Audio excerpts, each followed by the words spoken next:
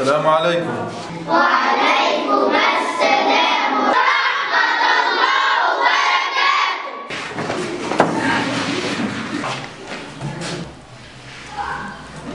النهارده يا أولاد وقبل ما نبدأ الدرس عايز أسمع من كل واحد فيكم هو عايز يطلع إيه لما يكبر.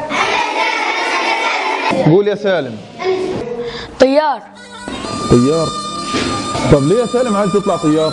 عشان اطير فوق وادافع عن بلدي.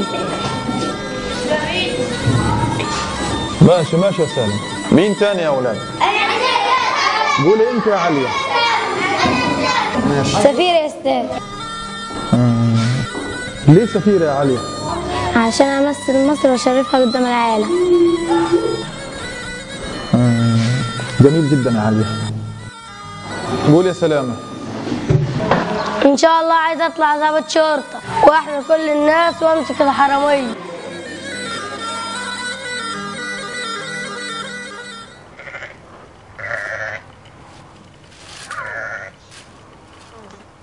يابا ايه يا ولد؟ اخوي السماجة من مصر. فين؟ السلام عليكم.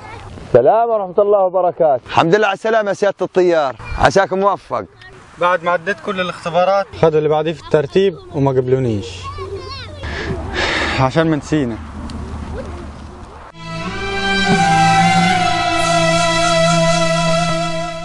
ممتاز جدا يا أولاد. أنا مبسوط خالص عشان سمعت منكم الكلام الجميل ده، بس أنا أتمنى يا سالم إنك تفكر في إنك تكون تاجر كبير وساعتها برضو هتقدر تفيد بلدك.